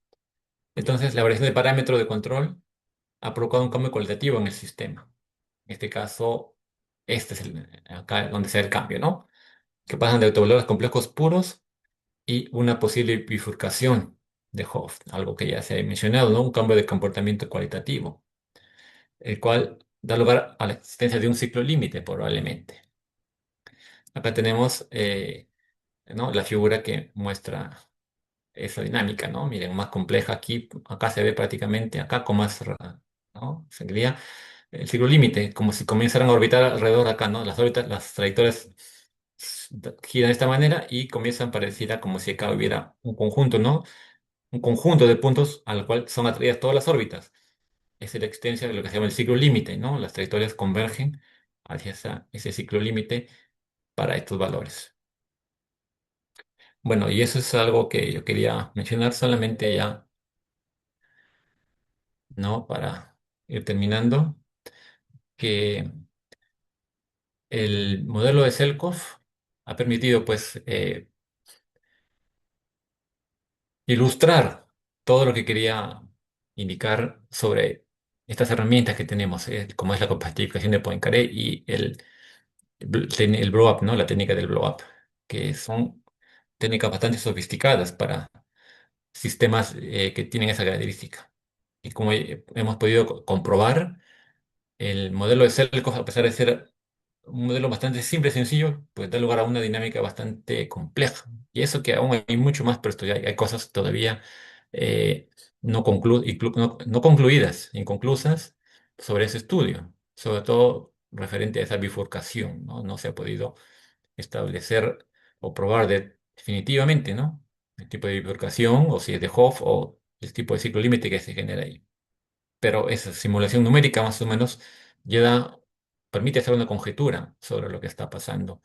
Entonces, suerte que este sistema no es en R3, porque si fuera así, podría haber incluso caos, y eso es un poco más, todavía, ¿no?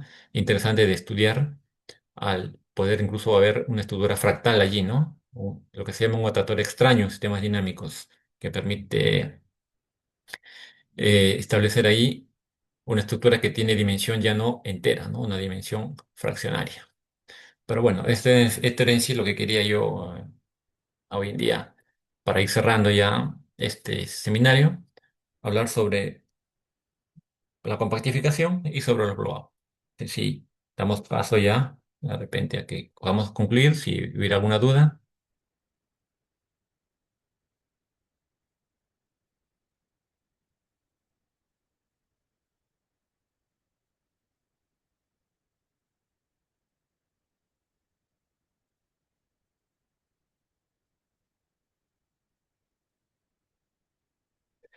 em,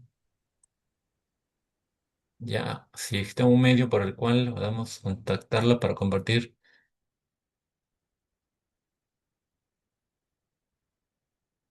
Sí, claro, claro, aquí la organización, el comité que organiza, ¿no?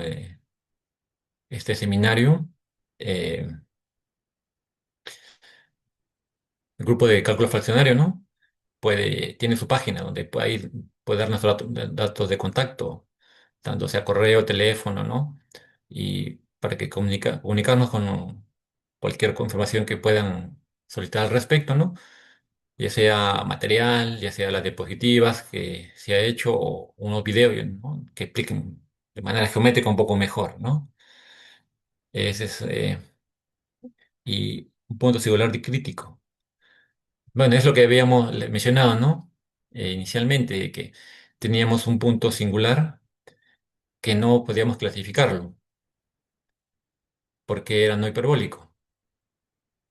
Entonces, eso dio lugar a que aplicáramos el blow up y ahí aparecieron dos puntos singulares asociados al cero, ¿no? Entonces, en ese caso, el cero era un punto singular de crítico por lo que ocurría, ¿no? El punto en sí, su blow up generaba dos puntos críticos, ¿no? Y nosotros hemos estudiado solamente lo que pasa en el origen, el cero cero, y en ese caso ya se ha podido clasificar, ¿no?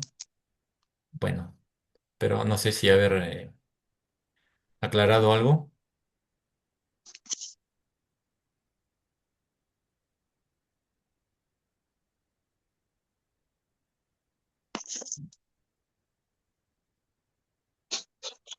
Bueno, entonces muchas gracias.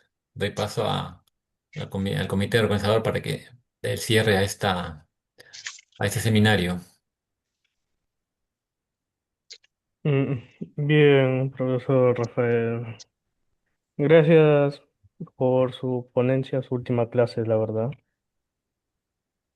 Bien, habiendo culminado esta clase de doctor Asmat, se proseguirá con unas palabras de clausura, quien las dará el doctor Amado Méndez Cruz, director del área de cálculo fraccionario. Le doy pase, profesor Amado. Buenas tardes a todos. Muchas gracias por esta oportunidad. Estimados colegas, señores estudiantes presentes y a todos los apasionados de los sistemas dinámicos. Después de varios días de actividad académica, ya ha llegado el momento de poner fin a este seminario, un evento que ha sido, podríamos decir, también un sistema dinámico extraordinario. Hemos entrado con ciertas condiciones iniciales, una mezcla de curiosidad, conocimiento, intriga, y ahora después de que se han escuchado las ponencias desarrolladas, entonces nuestras trayectorias han divergido hacia un estado final de mayor comprensión, inspiración y, por supuesto, una lista más larga de problemas fascinantes por resolver. A través de las exposiciones, hemos confirmado que la no linealidad no es solamente un reto matemático, sino es una realidad esencial. También hemos aprendido que de la estabilidad y la inestabilidad podemos entender que el cambio es la única constante. Pero este evento no solo se trata de lo que hemos visto, sino de lo que haremos a partir de ahora.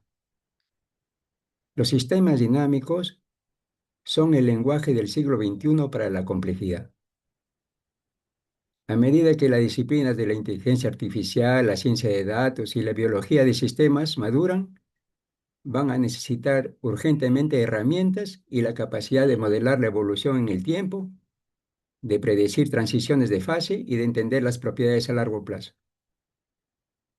Por tanto, yo les invito a todos a llevar la visión de este evento a sus estudios, investigaciones y a sus aulas. Continúen la conversación, busquen la colaboración interdisciplinaria y no teman sumergirse en la complejidad. En nombre de el área de cálculo fraccionario de la Universidad Nacional de Trujillo, mi más sincero agradecimiento a los ponentes, al doctor Tiago de Carvalho, a la doctora Tatiana Miguel Rodríguez, docentes de la Universidad Estadual Paulista, quienes probablemente no estén aquí con nosotros debido a la distancia, y al doctor Rafael Asmatu, sea docente de nuestro departamento. Queremos darle nuestro agradecimiento por compartir sus estudios con tanto entusiasmo. También queremos agradecer a los integrantes del área del cálculo fraccionario por hacer posible este evento y sobre todo a todos los participantes por su interés, sus inquietudes, su deseo de conocer esta maravillosa ciencia. Nos vamos de aquí sabiendo que la realidad que nos rodea es una intrincada y hermosa sinfonía de interacciones, de trayectorias convergentes y divergentes, de caos y de orden. Gracias a todos por su participación. Ha sido todo muy grato. Que sus sistemas sigan siendo dinámicos, sus investigaciones fructíferas y que pronto volvamos a coincidir. Con estas palabras yo doy por finalizado este evento y espero poder vernos en el próximo evento que realizará el área de cálculo fraccionario. Muchas gracias. Muchas gracias, profesor Amado. Muchas gracias a todos por su asistencia. Y también para recordarles que la certificación se estará comunicando por correo electrónico. Bueno, saben de que la certificación no es inmediata, pero trataremos de agilizar los trámites para que pueda salir antes de que acabe este año. Muchas gracias a todos por su presencia. Muchas gracias, profesor Amado. Y bueno, hasta una próxima oportunidad. Hasta luego.